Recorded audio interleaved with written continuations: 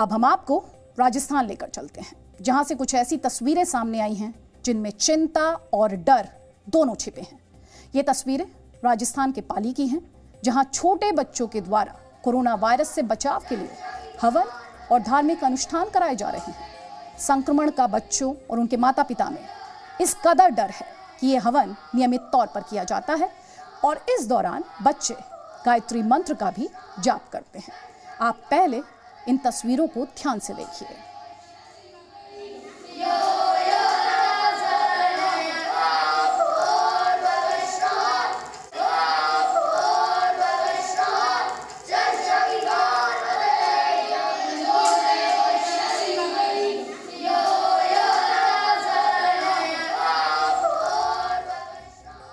ये हवन तो कोरोना से बचाव के लिए किया जा रहा है, लेकिन तस्वीरों में आप देख सकते हैं कि कई बच्चों के चेहरों पर सही से मास्क नहीं लगा हुआ है।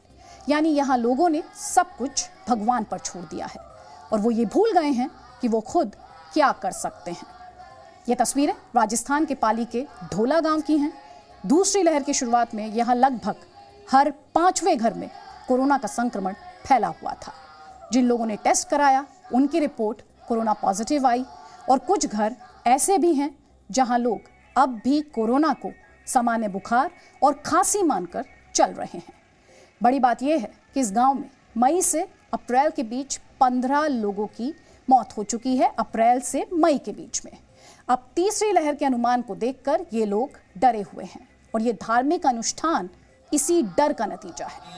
यही नहीं, राजस्थान के कुछ गांव तो ऐसे भी हैं जहां बच्चों की नजर उतारी जा रही है और दूसरे टोने टोटके किए जा रहे हैं। इन टोने टोटकों में लोगों की आस्था भी है। लेकिन आज हम इन सभी लोगों से कहना चाहेंगे कि कोरोना की तीसरी लहर से आप तभी अपने बच्चों को बचा सकते हैं जब आप सही से मास्क लगाएं, सोशल डिस्टेंसिंग का पालन करें, बिना वजह घर से बाहर ना निकलें और हर सावधानी बरतें, क्योंकि कोरोना की तीसरी लहर अभी आई नहीं है और ऐसा नहीं है कि ये आएगी ही। अगर सभी लोग यानी हम और आप अनुशासन में रहकर नियमों का पालन करते हैं तो संभव है कि भारत दूसरी लहर से भी बाहर निकल आए और तीसरी लहर आए ही ना। इसलिए ये बात आज आपको नोट कर लेनी चाहिए कि अब तीसरी लहर आपके व्यवहार पर निर्भर करती है। कल हमने आपको बताया था कि सिंगापुर में कोरोना का नया वेरिएंट मिला है, जिसे वैज्ञानिक B16172 कह रहे हैं। ये वायरस बच्चों को तेजी से निशाना बना रहा है। अब तक जो जानकारियां उपलब्ध हो पाई हैं उनके मुताबिक सिंगापुर में मिला ये वेरिएंट भारत में भी मौजूद है और ये डबल म्यूटेंट वायरस B1617 से ही मिलता जुलता है। वैज्ञानिकों का मानना है कि इसमें हुआ एक म्यूटेशन नई चुनौती बनकर उभरा है। वो ऐसे कि इसके स्पाइक प्रोटीन में वैज्ञानिकों ने जिस म्यूटेशन की पहचान की है उसे T478K नाम दिया गया है। संभव है कि सिंगापुर का जो स्ट्रेन अभी बच्चों के लिए खतरा बन गया है उसके पीछे यही म्यूटेशन हो। चिंता की बात यह है कि इस म्यूटेशन के बारे में अभी किसी भी देश को ज्यादा जानकारी नहीं है। अहम बात यह है कि म्यूटेशन B1617 के अन्य सब टाइप्स में नहीं मिला। ताजा स्टडीज में पता चला कि तेजी से फैल रहे मैक्सिकन वेरिएंट में भी T478 के म्यूटेशन है।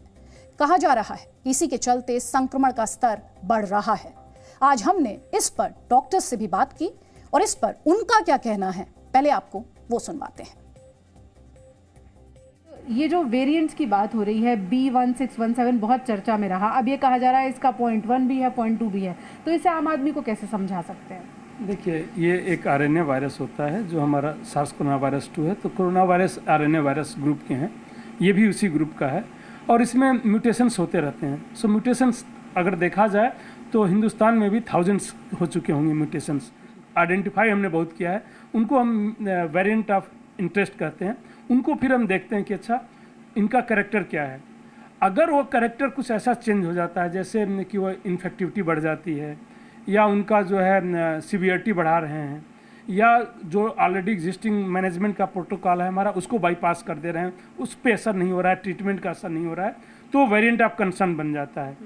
ये इसका जो 617 है वह एक वेरिएंट ऑफ कंसर्न है और दुनिया में इस समय जो 4 वेरिएंट ऑफ कंसर्न जो है WHO ने कहा हुआ है, उनमें से एक ये है, एक यूके वेरिएंट हो गया आपका, ये ब्राज़ील का हो गया, साउथ अफ्रीका का हो गया, और ये जो 0.1 और 0.2 उसके बाद है वो इसके लीनेज है, मतलब उनमें भी वेरिएशन है, बट उतना नहीं है कि कंसर्न हमारा ये है, बट वो नए आइडेंटिफाई हुए हैं, तो वह जो है उन्हीं का लीनेज है, जो वो वायरस है जो म्यूटेंट ऑलरेडी है, बट उसका जो है एक थोड़ा सा और चेंजेस उसमें आ गया है, तो एक नाम 0.1 या 0.2 दिया गया है। सो सेम वायरस है, उसी का हल्का सा म्यूटेशन के साथ।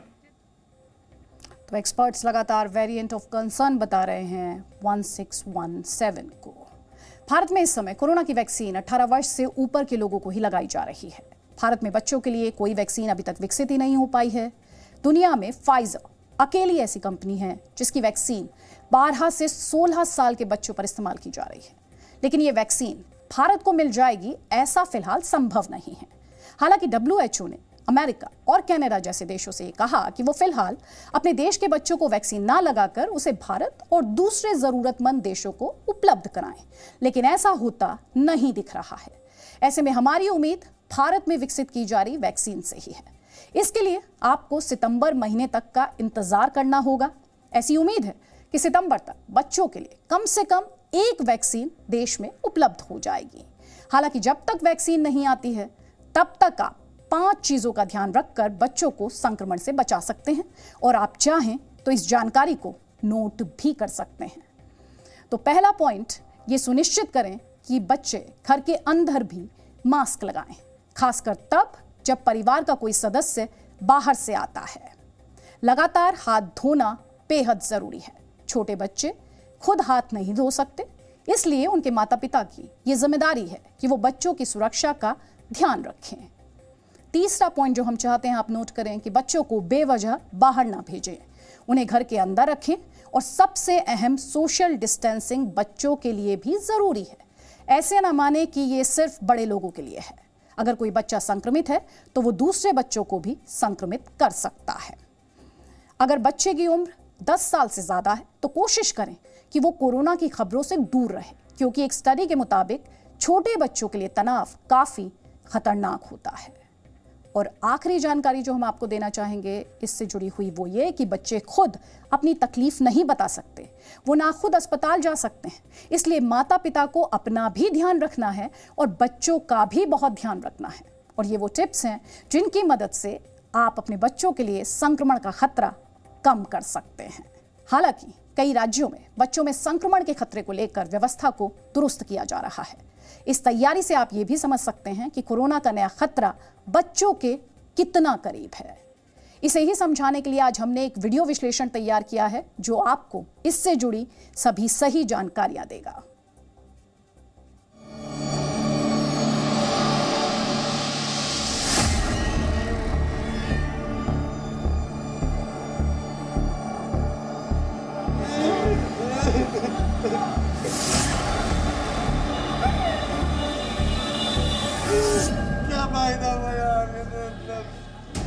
कोरोना संक्रमण की हर लहर किसी खास उम्र के लिए घातक साबित हुई है।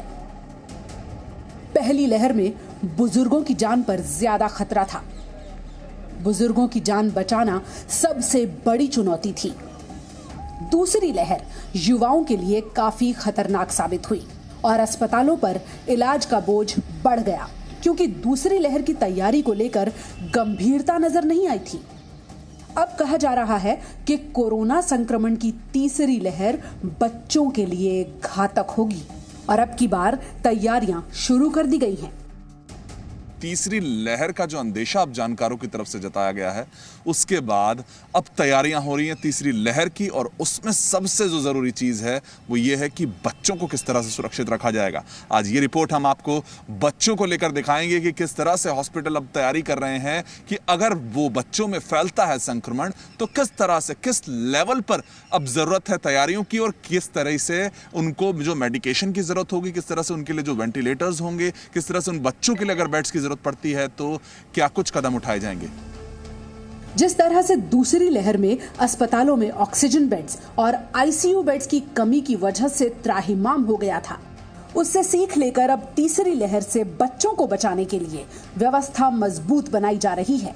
देश के अस्पतालों में बच्चों को महामारी से बचाने के लिए इलाज की व्यवस्था अभी से की जाने लगी है। ग्रेटर नोएडा के government institute of medical sciences यानी जिम्स में बच्चों के लिए अब अलग से 50 बेड्स की व्यवस्था की गई है, जिसमें ऑक्सीजन, वेंटिलेटर और आईसीयू बेड्स शामिल हैं। बच्चों को सुरक्षित रखना है। सभी पेरेंट्स के हमारे पास सवाल आते हैं कि कैसे होगा, अगर हो जाता है उसके बाद क्या इलाज होगा। सर, क्या अंतर होता है? सबसे पहले तो टेक्निकली समझें। जहाँ तक कि इलाज का है, उनको लिए अलग से हमें एक इंफ्रास्ट्रक्चर तैयार करना पड़ेगा, जिनको कि ऑक्सीजन बेड, आईसीयू बेड, ये सब की बहुत ज़रूरत होगी। तो हर ज़िले स्तर पर हर हॉस्पिटल में एक 15 bed, 30 bed, depending upon the size of the hospital in the district, हम लोग आईसीयू की तैयारी कर रहे हैं। हम अपने यहाँ भी एक 50 बेड का एक इंफ्रास्ट्रक्चर बना रहे हैं जो खाली बच्चों को डेडिकेटेड होगा। अभी भी है करीब 15 बच्चों का, लेकिन हम उसको बढ़ा रहे हैं 50 बेडों का। आम धारणा है कि वयस्कों के इलाज के लिए जिन मेडिकल उपकरणों का इस्तेमाल किया जाता है, वही मेडिकल उपकरण बच्चों के इलाज में भी इस्तेमाल किए जाते हैं, जबकि ऐसा नहीं है। बच्चों का और बड़ों के लिए ये जो इंफ्रास्ट्रक्चर तैयार होता है, क्या उसमें एक अंतर आता है जो आपको अब ग्राउंड पे काम करना पड़ रहा है उसके लिए? देखिए, उसमें काफ़ी चैलेंजेस हैं। बच्चों में एक तो इंफ्रास्ट्रक्चर में उनके जो वेंटिलेटर्स हैं, उनका जो HFNC हैं, उनका थोड़ा हमें डिफरेंट है। सेम मशीन काम नहीं करती है। There are certain ventilators which work from new born to adult, तो ऐसे वेंटिलेटर हमें 100 लेने पड़ेंगे।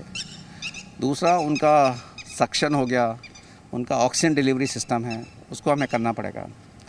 इसके साथ साथ में हमें जो हेल्थ वर्कर्स हैं, इनकी नर्सेज हैं, डॉक्टर्स हैं, उनको भी अलग से ट्रेनिंग देनी पड़ेगी। इतने लोग नहीं हैं पीडियाट्रिक्स में, पीडियाट्रिशियन और पीडियाट्रिक नर्सेज की पूरी एडिक्वेट हो जाए जितनी हमारी डिमांड आएगी। तो जो बाकी नर्सेज हैं, डॉक्टर्स हैं, उनको भी बच्चों के लिए हमें ट्रेन करना पड़ेगा। हमने जिम्स अस्पताल के अंदर जाकर बच्चों के इलाज के लिए बने वार्ड्स में ये जानने की कोशिश की कि वहाँ किस तरह के उपकरणों का इस्तेमाल किया जाता है। हम सबसे पहले पहुंचे नवजात बच्चों के वार्ड में, जिसे NICU कहा जाता है। तीसरी लहर में बच्चों को बचाने के लिए जो कोशिशें हैं वो शुरू हो चुकी हैं, क्योंकि जानकारों का कहना है कि अगर तीसरी लहर संक्रमण की आती है तो बच्चों को सबसे ज्यादा खतरा होगा। लेकिन कैसे उनको बचाया जाएगा, उसके लिए ग्राउंड पर क्या तैयारियां हो रही हैं, ये भी आज हम समझते हैं। थर्ड वेव में कहा है, अगर अंदेशा है बच्चों को भी हो सकता है, तो क्या कुछ तैयारियां अलग रखनी पड़ेंगी? क्योंकि हमने देखा बड़े लोगों को होता है, लेकिन क्या अलग होती हैं वो फैसिलिटीज देना जब बच्चों को अगर यहाँ पे देनी पड़ेगी? हाँ, अगर छोटे बच्चे आते हैं जो जैसे न्यूबॉर्न हो या 2-3 महीने के बच्चे हों, उनके लिए ये हमारा ICU है, ठीक है। इसमें उनके स्पेशल बेड्स होते हैं, इन्हें वार्मर कहा जाता है, ओपन केयर सिस्टम जो कहते हैं वो है। वेंटिलेटर्स हैं जो बच्चों वाले ही स्पेशली अलग वेंटिलेटर्स ये आते हैं, ठीक है। और एक अलग होता है, ये होता है बबल CPAP, ठीक है। बड़े जैसे बाईपैप होता है, छोटे बच्चों में बबल CPAP होता है। तो ये सब मशीन्स हम लोग अरेंज करके अब यहाँ तैयारी करके रखते हैं। अगर शुरू समझें किस तरीके अगर मामला सामने आता है तो उनके इलाज में अलग चीजें होती हैं, क्या वो प्रक्रिया होती है, किस तरह से फॉलो किया जाता है, या फिर क्या प्रोटोकॉल्स हैं आप बच्चों को लेकर और वो तैयारियां जो शुरू की? देखिए, अगर बच्चे में ऑक्सीजन रिक्वायरमेंट्स होती हैं, ज़्यादातर बच्चों में अभी तक जो देखा गया है वो बहुत ज़्यादा सिक नहीं हो रहे हैं और उनको उतना ऑक्सीजन रिक्वायरमेंट नहीं है। पर थर्ड वेव में जैसा बोला जा रहा है कि उनमें ज़्यादा बीमारी की आशंका है, तो हम लोग अगर जिनका सैचुरेशन कम होगा 92% के नीचे, 90 के नीचे, तो फिर हम उनको ऑक्सीजन सपोर्ट देंगे। उसके लिए हमारे यहाँ ऑक्सीजन लाइन है, सिलेंडर्स हैं। अगर उस पर मेंटेन नहीं कर रहे हैं, उनको उसमें दिक्कत ज़्यादा बढ़ रही है, निमोनिया ज़्यादा है, तो फिर उन्हें बबल CPAP लगाया जाता है, ठीक है। वो एक लिमिट तक सपोर्ट करता है और उसके भी ऊपर जो बच्चे जो इस पर भी नहीं मेंटेन कर पाते हैं, तो फिर हम लोग वेंटिलेटर्स लगाते हैं। नवजात बच्चों के इलाज में ज्यादा सावधानी बरती जाती है, लेकिन ऐसा नहीं है कि नवजात बच्चों के इलाज की व्यवस्था 4 से 5 महीने के बच्चों के लिए काफी हो। इन बच्चों के इलाज के लिए दूसरे मेडिकल उपकरण इस्तेमाल में आते हैं। हमने उन उपकरणों के बारे में भी समझा। हम NICU के बाद PICU गए। NICU यानी नियोनेटल इंटेंसिव केयर यूनिट और PICU यानी पीडियाट्रिक इंटेंसिव केयर यूनिट। बच्चों को जब संक्रमण होगा और उसके बाद जब उन्हें इलाज की ज़रूरत होगी तो किस तरह से इलाज दिया जाएगा, ये चीज़ जानने के लिए इस वक्त मैं PICU में पहुंचा हूं। वहां पर कैसे इलाज होगा, क्या कुछ इक्विपमेंट्स की ज़रूरत होगी उनके लिए, वो भी समझते हैं। डॉक्टर सुजॉय हैं मेरे साथ। मैम समझूं तो अब जब बच्चे जो 2 महीने के बच्चे थे उनको अलग NICU में रखते हैं, उसके बाद अगर कोई बड़े बच्चे हैं उनको इलाज की ज़रूरत पड़ती है तो कैसे इलाज मिलेगा, क्या कुछ होगा, क्या तरीका? देखिए, जो बड़े बच्चे होते हैं उनके लिए पेडियाट्रिक ICU होता है, PICU, ठीक है, बेड्स बड़ा होता है। और इन लोगों के अलग टाइप के थोड़े वेंटिलेटर्स वगैरह होते हैं। ये जो आप देख रहे हैं ये तो इन्फ्यूजन पम्प्स हैं, ये इंजेक्शंस देने के लिए उनको दिया जाता है। एंड ये थोड़े बड़े बच्चों के लिए वेंटिलेटर होता है, ठीक है, ये वेंटिलेटर है। और हमारे पास एक ये वेन फाइंडर, क्योंकि उनको जो इंजेक्शन लगाया जाता है ना, सुई लगाते हैं हम लोग दवाई देने के लिए, कई बार उसको मुश्किल होती है, नहीं मिलता, तो ये सब भी दवाई चीज़ें हैं हमारे पास। वेन फाइंडर है, उससे हम लोग कर सकते हैं। तो ये बेसिकली हमारा पेडियाट्रिक ICU का सेटअप है। मेडिकल कॉलेज सहित कई निजी अस्पतालों में कोविड-19 संक्रमित पॉजिटिव बच्चों और गर्भवती महिलाओं के लिए अभी से बेड्स और वार्ड रिजर्व करने शुरू कर दिए गए हैं। यही नहीं, बाल रोग का अलग से एक पैनल बनाए जाने की तैयारी भी हो रही है। कोशिश है कि इस बार की लहर किसी को नुकसान न पहुंचा पाए, खासकर बच्चों को। अभी इस वक्त कोशिशें यही हैं कि वो जो बच्चे हैं उनको इलाज बेहतर रूप से मिल पाए, ऐसी कोई भी स्थिति पैदा ना हो कि बच्चों को इलाज ही नहीं मिल पा रहा है या बच्चों के लिए कोई भी सुविधा नहीं है, वेंटिलेटर्स हैं, चाहे ऑक्सीजन देने की बात हो या फिर कोई भी छोटे से छोटा इलाज बच्चों को मिल पाए, उसकी तैयारियां इस वक्त चल रही हैं। और यही कोशिश है कि अगर कभी ये संक्रमण बच्चों को शिकार बनाता भी है तो हम बच्चों को बचाने के लिए एक कदम आगे खड़े हों। वरुण भसीन, जी मीडिया, नोएडा। आजकल आप लगातार ये सुनते होंगे कि वायरस का नाम बदल गया है या इसके अलग अलग स्ट्रेन को अंक अनुसार नाम दिया जा रहा है। ये सब कैसे होता है, इसकी प्रक्रिया क्या है, ये भी आज हम आपको संक्षेप में बताना चाहते हैं।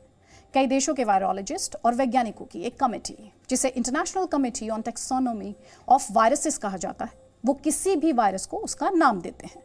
वायरस का नाम उसकी जेनेटिक क्वालिटी के आधार पर रखा जाता है। उस वायरस से जो बीमारी होती है उस बीमारी को नाम WHO देता है। जैसे कि कोरोना वायरस का नाम है SARS-CoV-2, लेकिन WHO ने इसे नाम दिया COVID-19। इसके अलावा वर्ल्ड हेल्थ ऑर्गेनाइजेशन यानी WHO अब वायरस और बीमारी के नाम का एक वैज्ञानिक सिस्टम भी बना रहा है, जिससे किसी भी वायरस या बीमारी को उस देश के नाम से जोड़कर नहीं देखा जाएगा जहां उसकी पहली बार पहचान हुई थी। हालांकि हम इससे सहमत नहीं हैं। हमारा मानना है कि ये फैसला चीन के पक्ष में जाएगा और WHO के इस निर्णय से चीन अपने सारे पाप धो लेगा।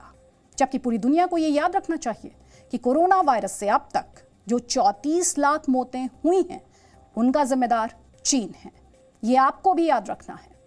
अब हम अपनी उस बात को पूरा करते हैं जो वेरिएंट का नाम रखने से जुड़ी है। तो वायरस के वेरिएंट्स को नाम देने का काम किसी एक संस्था का नहीं होता। हर देश में वायरस के वेरिएंट्स को पहचानने के लिए जीनोम स्टडी की जाती है। इस स्टडी में ही वायरस के नए नए वेरिएंट्स की पहचान होती है और किसी भी वायरस का एंटीजन उस वेरिएंट के नाम के आधार पर बनता है। एंटीजन से हमारा मतलब है वायरस का वो टुकड़ा जो कि शरीर में इम्यून रिस्पॉन्स पैदा करता है या वायरस को म्यूटेट करता है। वैज्ञानिकों के लिए वायरस के वेरिएंट्स को नाम देना इसलिए अहम होता है ताकि वो किसी बीमारी के वायरस के फैमिली ट्री को समझ सकें। सरल शब्दों में से कहें तो वायरस का भी एक परिवार होता है। वेरिएंट्स इस परिवार के अलग अलग सदस्य होते हैं। जैसे हर परिवार में अलग अलग सदस्यों का अलग अलग व्यवहार होता है, वैसे ही हर वेरिएंट का व्यवहार अलग होता है और ये लोगों पर नए तरीकों से अटैक करता है। हमें पूरी उम्मीद है आप वायरस, उसका नामकरण और उसके परिवार के बारे में ये सारी बातें समझ गए होंगे और अब आपको ये अच्छे से याद भी रहेगा। Presenting B News app available on Google Play and App Store. Download it now.